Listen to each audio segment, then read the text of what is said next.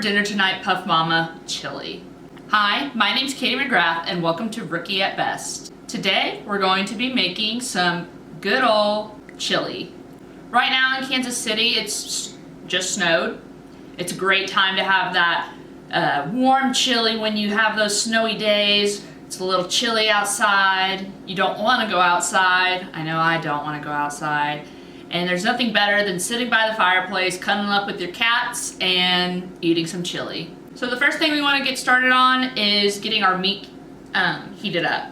So we're going to do a half pound or a pound and a half of beef, or close as you can get to that. We happen to have 1.28 or something like that. And so that we can give that some flavor, we're going to chop up some onions. I got one large white onion. You can do yellow onion if you prefer it, but in this case we're doing white onion.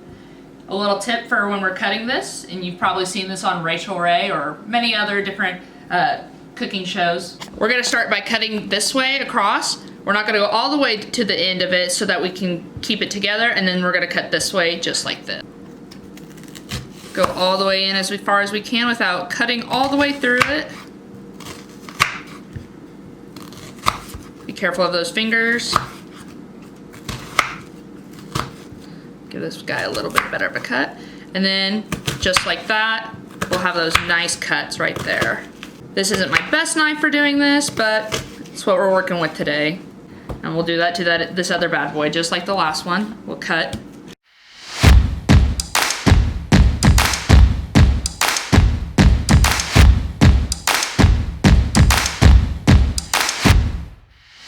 So, now that we have most of our onions pretty nicely chopped up, make sure they're all pretty, somewhat small.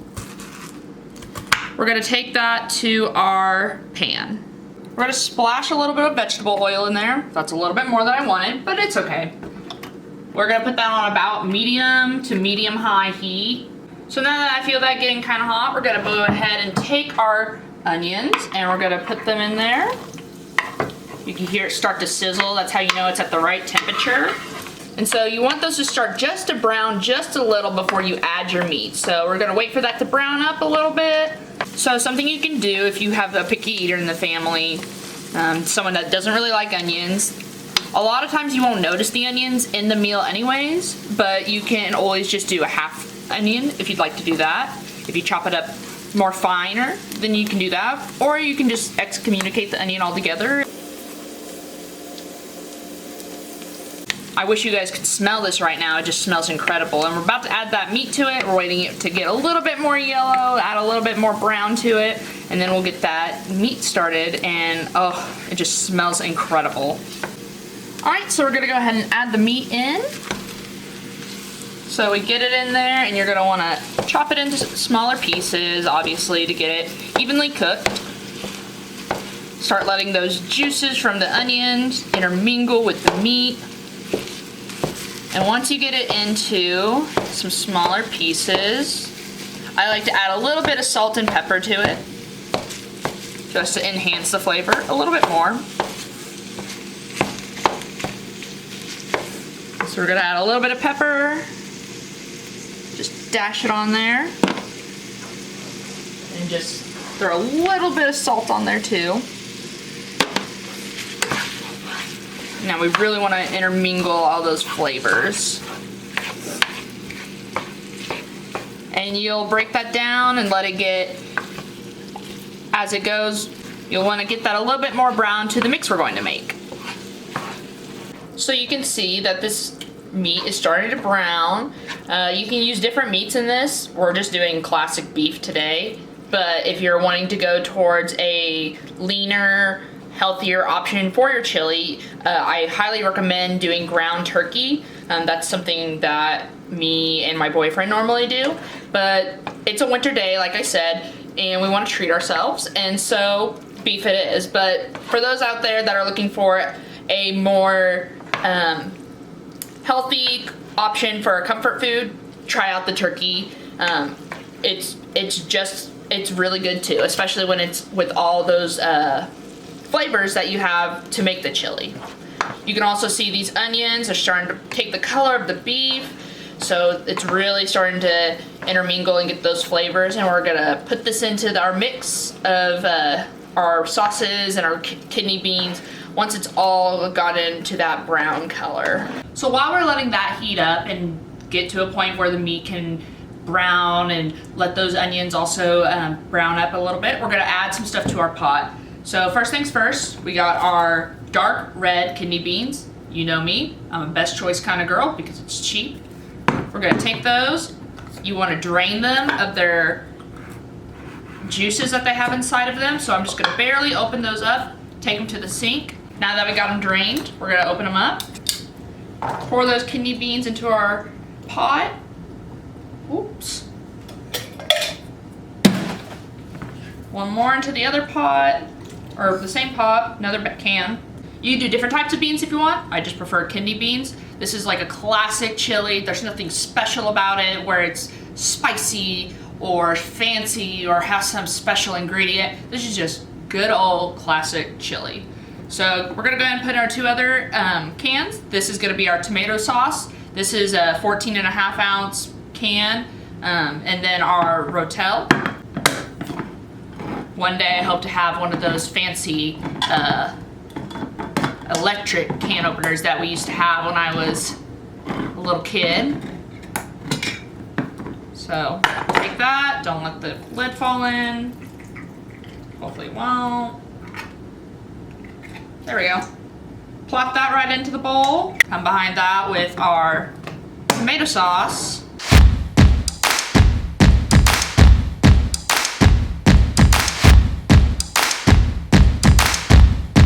Time to get a better can opener.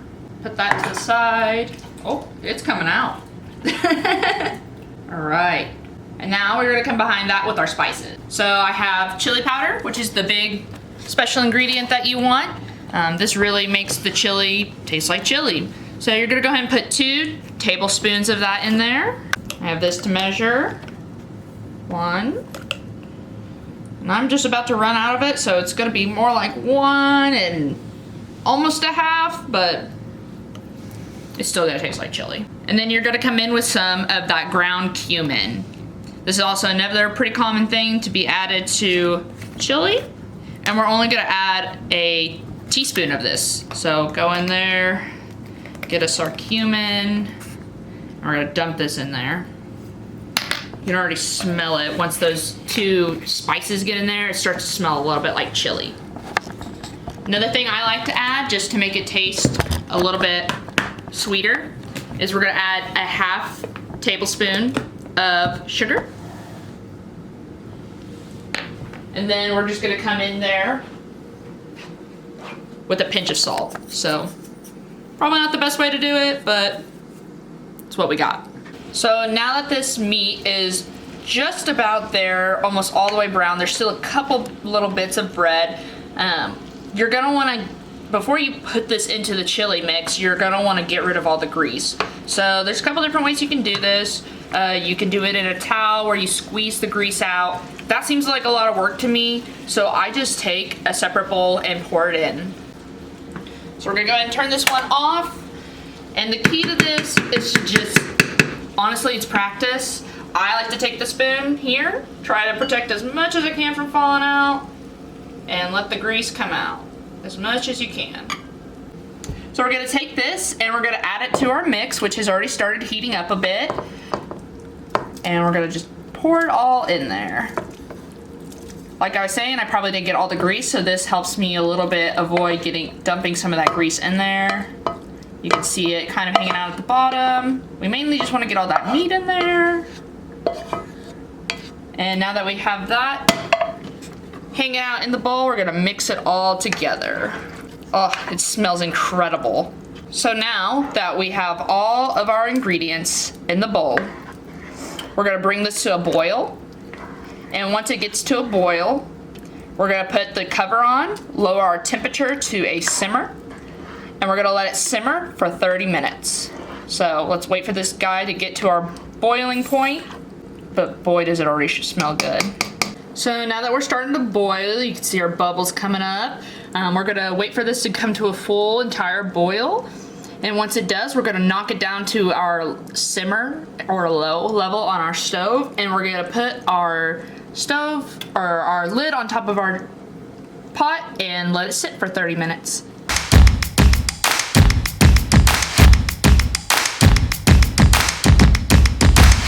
All right, it's been 30 minutes. We've stirred up our chili. Oh, you can see there's a big cloud of steam. And so now you can see that it's all mixed together, all that hot steam's coming out. And there's a couple different ways you can have your chili. Of course, you can just have it as is, put it in a bowl, enjoy it. Or if you're like me, I like to take some Fritos, and we're gonna put these in a cute little bowl.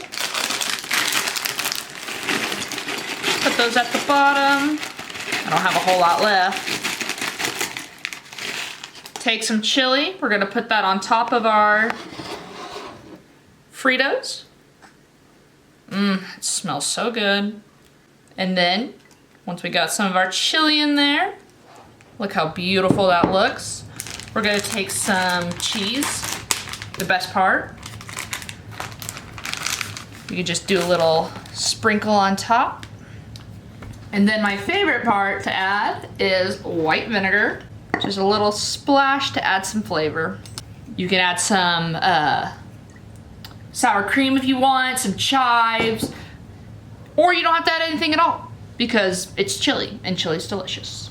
That's all we have for today. If you want to see me make something else, comment below and let me know what it is. If you like this video, give it a thumbs up and keep cooking.